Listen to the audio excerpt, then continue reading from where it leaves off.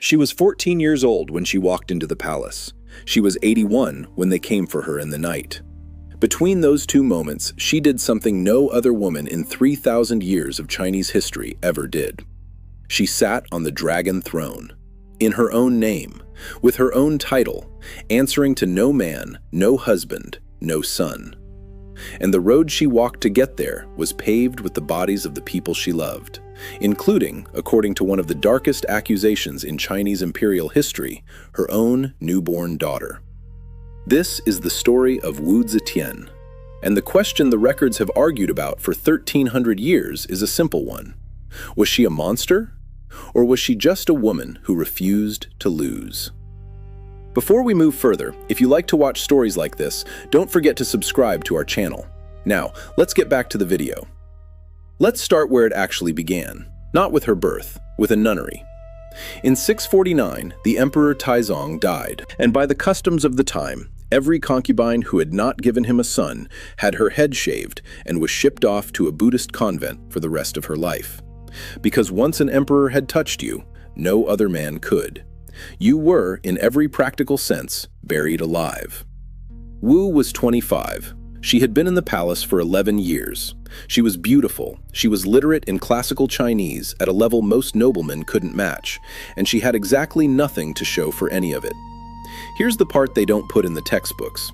She had already been sleeping with the next emperor, Taizong's son, Gaozong, while his father was still alive and still on the throne. Think about that for a moment.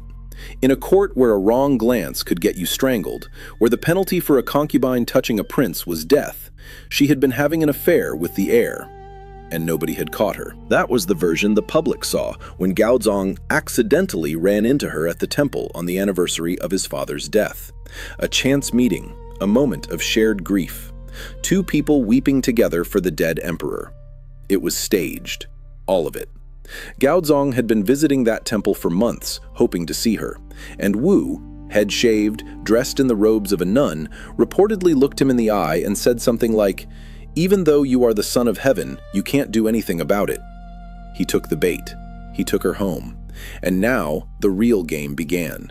Because when Wu walked back into that palace, she wasn't walking into an empty court. There was already an empress. Her name was Wang.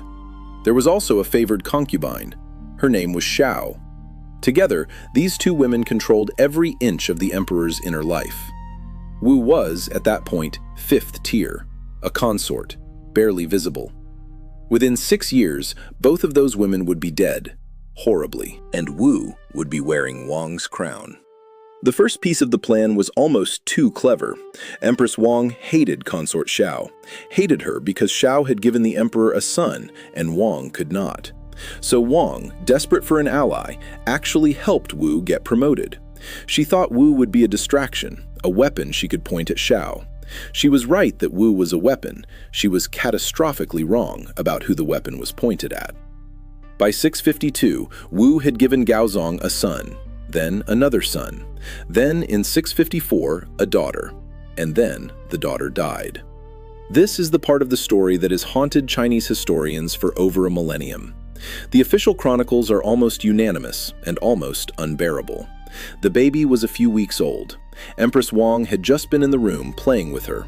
Wang, who had no children of her own, adored the infant. A few minutes after Wang left, Wu went in to check on her daughter. The baby was dead, strangled. Wu screamed. Wu wept. Wu demanded to know who had been in the nursery. Only Empress Wang. Gaozong believed her. Of course he did. The woman he loved had found their murdered child in a room that had just been vacated by a woman she'd already told him she hated. Wang was stripped of her title. Zhao was stripped of hers. Both were locked away in a distant wing of the palace. The official histories, compiled decades later, state it plainly. In order to take over as empress, Empress Wu strangled her own infant daughter. Some modern historians push back. The infant mortality rate in a 7th century palace was staggering. The nursery was poorly ventilated. The baby may have simply died. The story, they argue, is the invention of Confucian scholars who could not forgive a woman for ruling men. Maybe. But even those historians admit what happened next. And what happened next is almost worse. Because Wu wasn't finished with Wang and Zhao. Locked in their cells, the two women might have rotted away quietly. Wu wouldn't allow it. She had their hands cut off. She had their feet cut off. And then, while they were still alive, she had their mutilated bodies thrown into enormous vats of wine, to drown, slowly. She is reported to have stood nearby and said, "Now these two witches can get drunk to their bones." That was 655. She was 31 years old. She was now the Empress of China, and she was only getting started. Here is the detail that changes everything. Gaozong, her husband, the son of heaven, the most powerful man on earth, was sick. He had a stroke around 660. He was partially blind. He suffered crippling headaches that left him unable to read a document, let alone issue an edict. And Wu was waiting. From behind a bamboo screen, because protocol forbade women from appearing in open court, she began answering the questions Gaozong could no longer answer, signing the decrees he could no longer sign, running the largest empire on earth through the ghost of her husband's voice. For 23 years, China was ruled by a woman almost nobody admitted was ruling it. And during those 23 years, she learned something.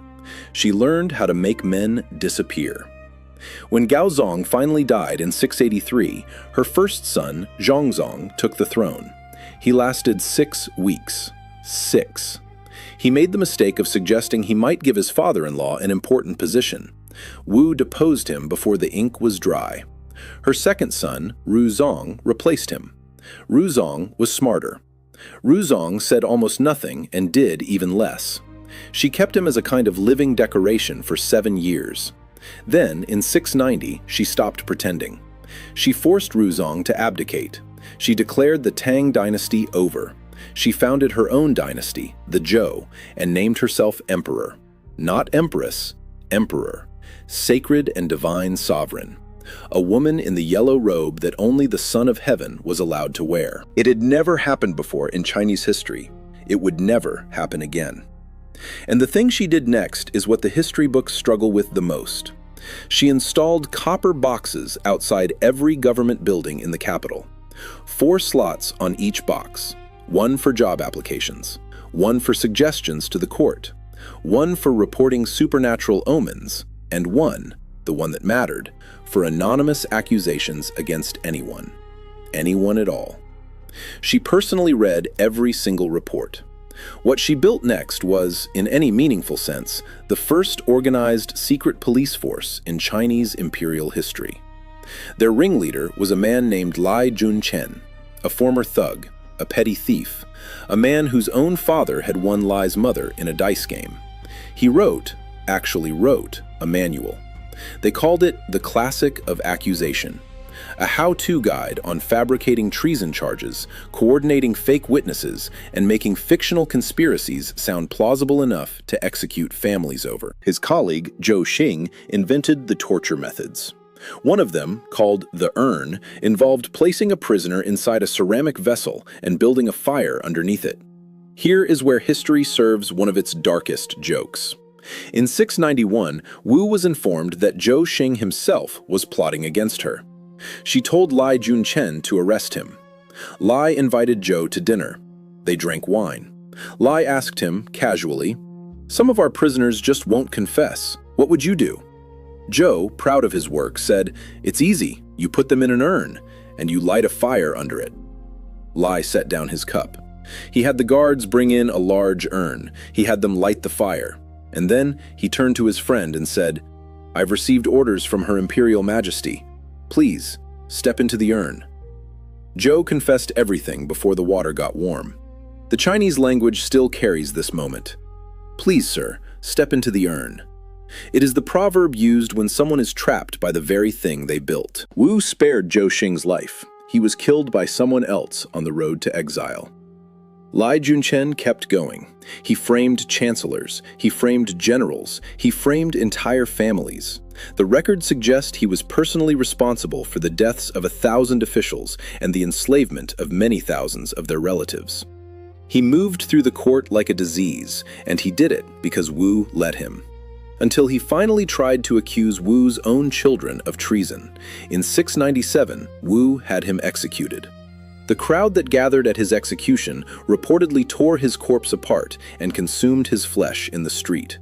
That was the hatred he had earned, and Wu watched it happen and said, afterwards, that the accusations of treason had gone quiet now, as if she'd had nothing to do with any of it. This is the gap this story lives in, the gap between what Wu Zetian did and what Wu Zetian built. Because here is the other side of the ledger, and it is a strange one. Under her rule, the empire expanded. She recaptured 4 military garrisons in the west that the Tibetans had seized.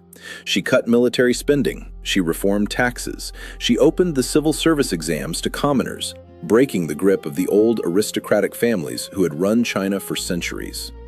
She funded Buddhism. She commissioned some of the greatest religious art the country would ever produce, including the colossal stone Buddha at Longmen, whose face, according to some scholars, is modeled on her own. The peasants didn't hate her. The peasants mostly did better under her than they had under the men who came before. It was the court that feared her. The old families, the scholars, the historians, who would later write everything down. And those historians were Confucian men. And to Confucian men, a woman ruling an empire was not a political problem. It was a cosmic one. A reversal of the natural order. A sign that heaven itself had tilted. They were never going to forgive her, no matter what she built. No matter how many roads were paved, or exams passed, or harvests brought in. And slowly, as Wu grew older, she gave them exactly the weapon they needed. By 697, she was in her 70s, and she took 2 lovers, brothers, the Zhang brothers. They were beautiful, they were young, they wore makeup, they had no qualifications for anything except being beautiful and young. She gave them titles, she gave them palaces, she let them decide who could see her. When she fell ill in the winter of 704, the chancellors of the empire, men who had served her for decades, were blocked at the door. Only the Zhang brothers were allowed in. You could feel what was coming. Everyone could. In the early morning of February 20th, 705, the coup finally arrived. 5 senior officials, led by an 80-year-old chancellor named Zhang Jianji, marched on the palace with the elite imperial guard. They cornered the Zhang brothers in the corridor outside Wu's bedchamber and killed them on the spot. Then they walked into her room. The old empress, sick and bedridden, looked up and saw the men who had come to end her reign. The accounts say she didn't scream, she didn't beg, she asked calmly who had given the order.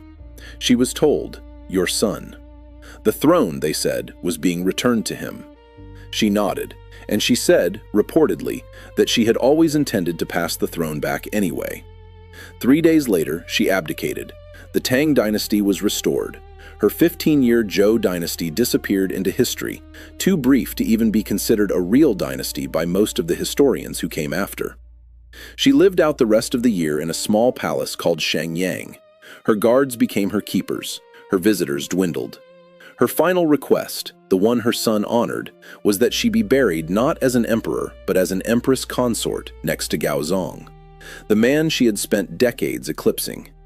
She died on December 16, 705. She was 81 years old. And here is where the story lands its final, strange, haunting detail.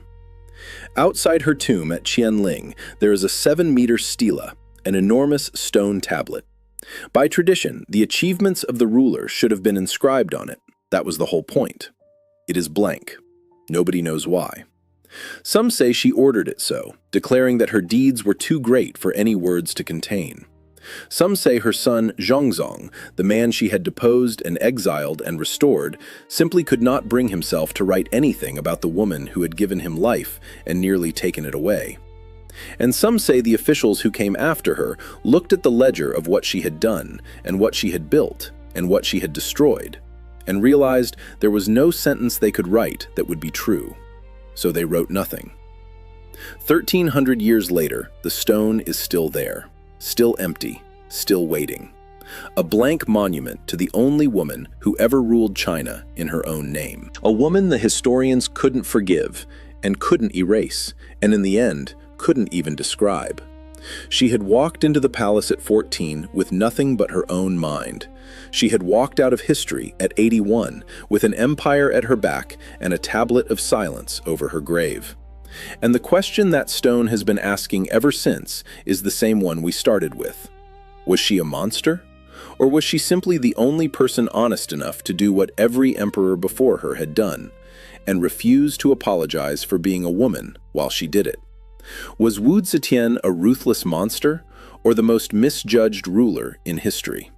Drop your verdict in the comments, and if this story gripped you, share it with someone who loves the darker corners of the past.